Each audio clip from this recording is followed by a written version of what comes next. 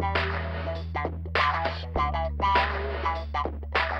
going to talk today to Janine about soft window treatments. I love window treatments, Janine, and I think you do too. But I think when I start talking to people about them, I get the, like the blank look, because I Right. don't think they understand. So why don't you go through and explain all Yeah. these different pleats to This them? is just a nice little sample that we can use with clients. But this just gives you an idea as far as what can be designed or sewn for your panel treatments. Okay. This particular one is a 5-panel or 5-pleat topper. This particular one is a 4. And it just shows you it has 5 pleats on top. Right. And it has 4 pleats on top. So the name really tells you what it is. It but does. I think people have a hard time trying to figure out what a 5-pleat, what a 4-pleat. Well, I think would it just be. gives you a different look, kind of a different style. The bigger pleat or more pleats is probably maybe more of a traditional type of pleat. And then they go down to 4 and 2. Right. 2 might be maybe a little simpler, maybe a little bit more modern looking. Right, because if you see, the more pleats you have, the more volume and the more folds the drapery can have. That's right. Right. This particular one is an inverted pleat, so it I actually. use that a lot. Do you? Yeah. It has no no pleat, and I think it gives it a more sort of contemporary or Yep. updated. It's a kind more of look. structured Yeah. and clean look. This one's kind of neat. It's a cartridge pleat, so it's got, I think, again, a more contemporary look.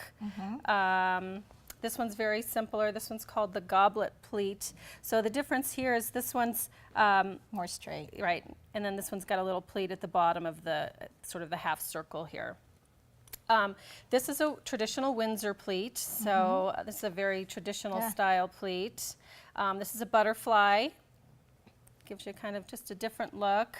It'll all sort of hang differently. Some, like you said, with more volume, and some with a little bit less volume.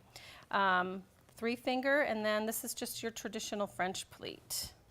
Okay, so we also have inside this sample some different linings that are available. This is just a traditional ivory or white lining that we'll line our fabrics with. Okay, so you have another layer here. So is this the inner lining? This is called inner lining, and it's felt-like. It feels like felt, and typically it's put behind a traditional lining. And if you have a silk or a thinner fabric, it really adds a lot of volume to the drape. And I think, like you said, it protects it more because this is the one that's against the window. Right. So the elements like the strong sun and stuff would ruin your fabric, so you don't want that. Right. And then over here, we have just a little example of a blackout lining. You'd find this like in a hotel.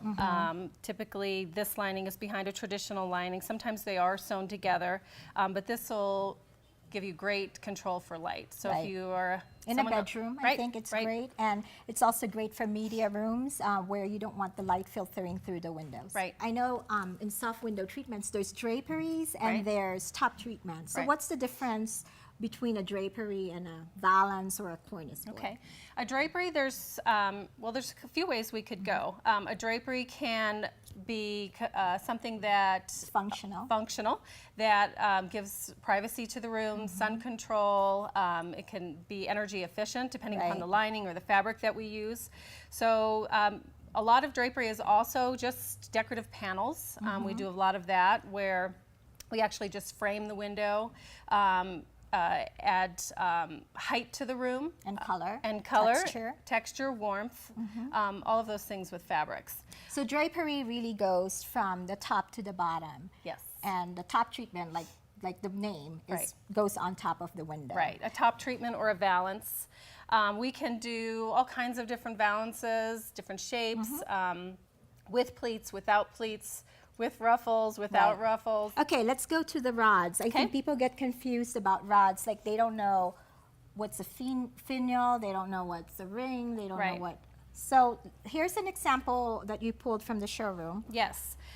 This is just a wood rod. That's pretty. Isn't it gorgeous? And so this is actually the rod portion of it. This is the finial, and this particular one has a ring. So, we could use this for an operable panel.